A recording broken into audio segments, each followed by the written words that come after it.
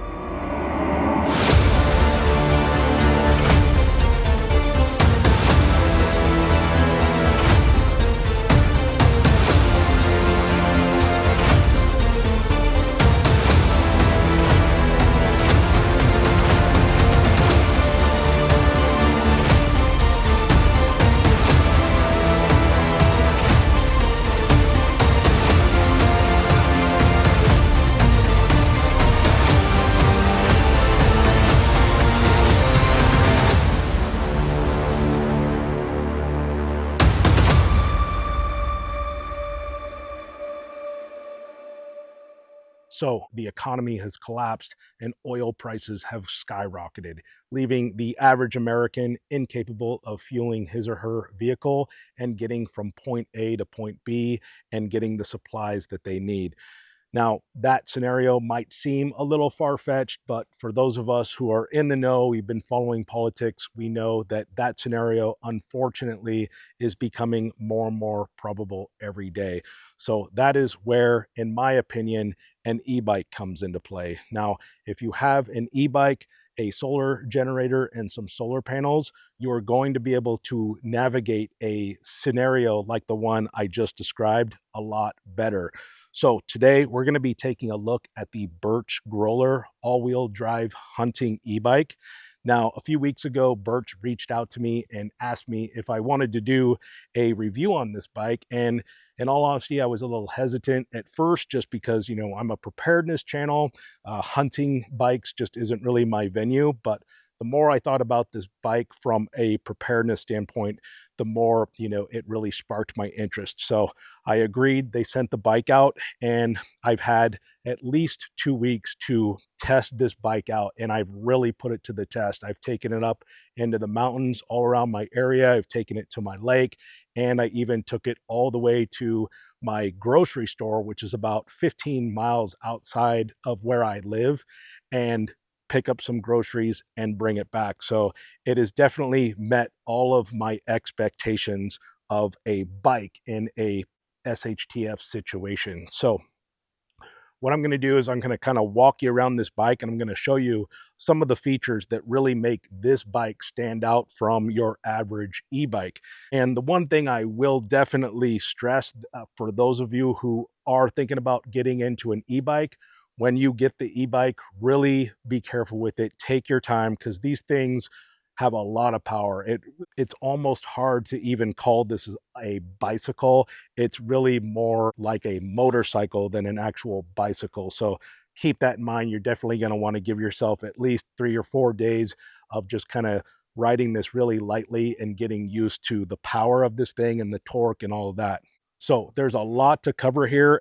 The first thing you'll probably notice, is the size of this bike. It is a really large mountain bike style e-bike. As you can see, it's got really big fat tires on here with some really aggressive tread on here. It's got these really heavy duty air compressed shocks. So there's a valve here. You can unscrew this and actually fill these with air or deflate them with air. And then it has another valve here where you can control the compression of the shock. So just kind of makes them capable of absorbing more impact when you're riding through like more aggressive terrain. You'll notice there's all these little points right here, like screws, and this actually allows you to put on and attach different accessories like bottle holders or cell phone holders or whatever you want to attach to here. The one thing you'll also notice about this bike and that really makes it stand out are these heavy duty racks in the back. So the upside of having these big racks is you can put on a full backpack here, strap a big backpack. You can put a lot of gear on these racks, both the back and the front rack. And as you can see, this is actually my get home bag that I have bungee corded onto here. And then in the front here, you'll notice I have a gun rack attached to the front rack here, along with a large IFAK kit. Now, this gun rack didn't come with the bike. I actually bought this separately and attached it on here, but it did attach really well. And even though it's really spaced close together, I can still hold all of my rifles on this rack, and I can even put a bow on here if I need to. Now, the other thing I'll mention is, like I said in the beginning, this is an all-wheel drive bike, which means it has a motor in the back and in the front, which is really what makes this bike unique and stand out from all the other e-bikes. And the reason why it's so beneficial to have a motor in the front and in the back is it allows you to get through that really aggressive terrain and get up into the mountains if you're like hunting deer, elk, or whatever. So the all-wheel drive is an amazing feature of this bike. All right, the other thing about this bike that really sets it apart from the average e-bike is this large LCD display screen. So it's really bright. Even during the day, you can see this perfectly clear. One of the really good features about this bike are the security settings. So it allows you to put a passcode on here. That way, if you park this bike, if somebody tries to steal it, they're going to need a passcode to get into it and operate it. The other security feature about this bike is that the battery that is inside of here is locked in here. So you need keys to open up the case in here and access the battery. So if you pull the battery out of this bike, it pretty much renders it useless. The other reason why you might want to do that is because the batteries in here are very expensive. So having the ability to lock them up and keep them protected, or just take them out and take them with you when you're not around the bike, is a really good feature. Now, they also make external batteries for this bike. So if you want to add another battery and make this bike have even more battery life, you can do that, but you almost don't even need to. The battery that's in here will keep you going on this bike almost all day. So I'm glad to know that they equipped this bike with a battery that has a very long life cycle.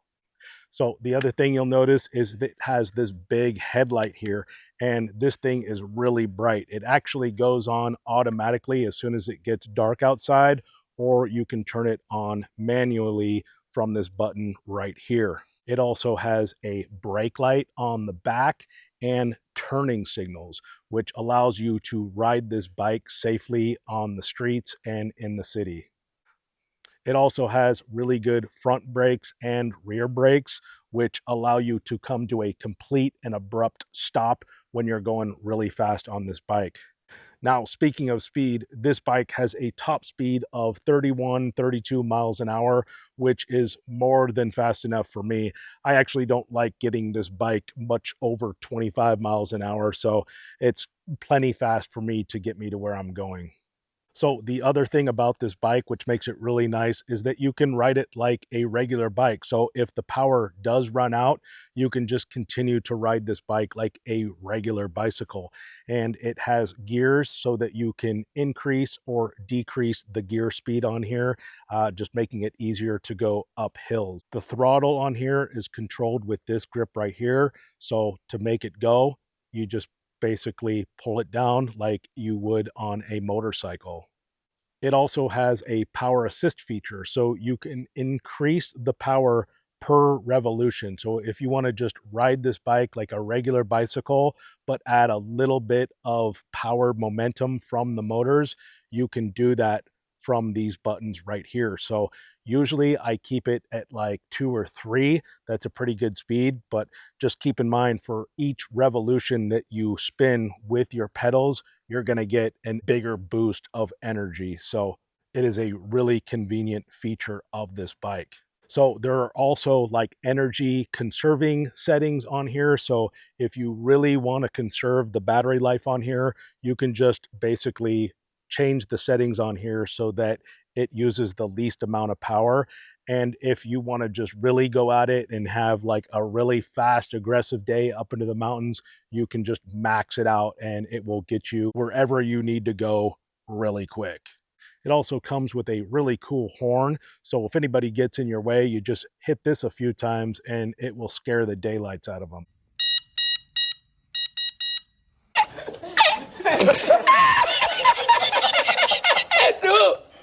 The other feature that this bike has on here is kind of like a push assist. So if the terrain gets really aggressive and you have to get off your bike and push your bike over the terrain, you basically just push this button right here with the foot on it, and it will give you just enough power to kind of get you over whatever obstacles are in your way. All right, so that pretty much covers all of the greatest features of this bike. Now, some of the features that were not so great, and let me tell you, like I said, I had lots of time to test this bike out, and so the downsides of this bike are very few and far between.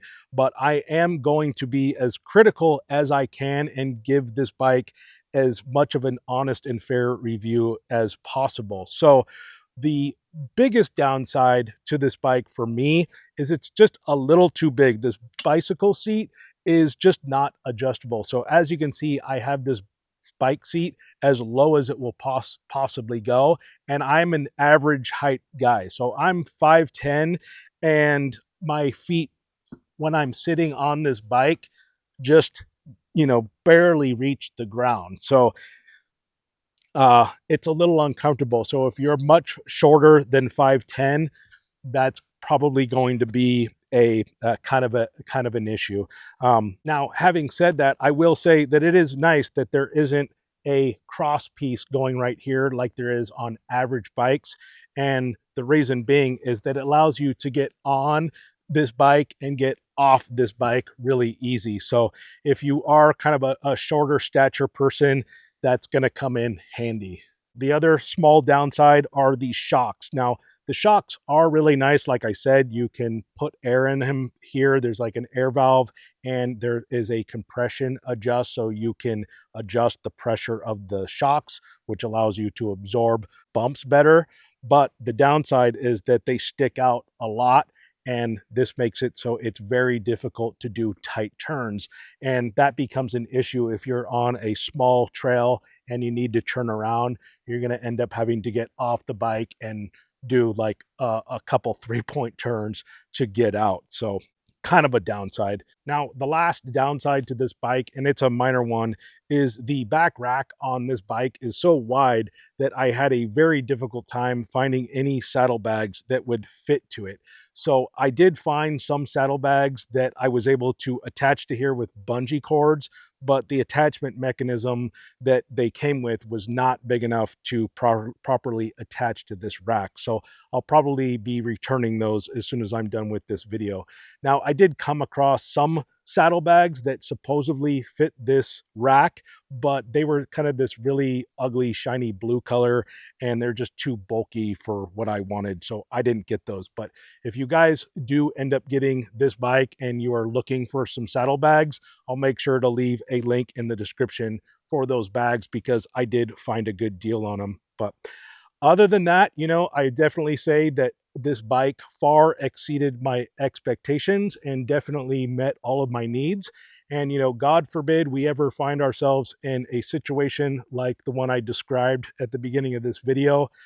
Having a bike like this is really going to get you to that next level of your preparedness and probably save your life. So definitely something to consider. The other angle that I was thinking of when I was taking on this bike review was, having an e-bike from the standpoint of trying to lower your overhead. So for those of us who might be on a fixed income and you're just trying to kind of make ends meet, having an e-bike, having the ability to have some transportation that is essentially free is really going to lower your overhead. So think about, how much money you spend on your car payment, your registration, your insurance, and fuel.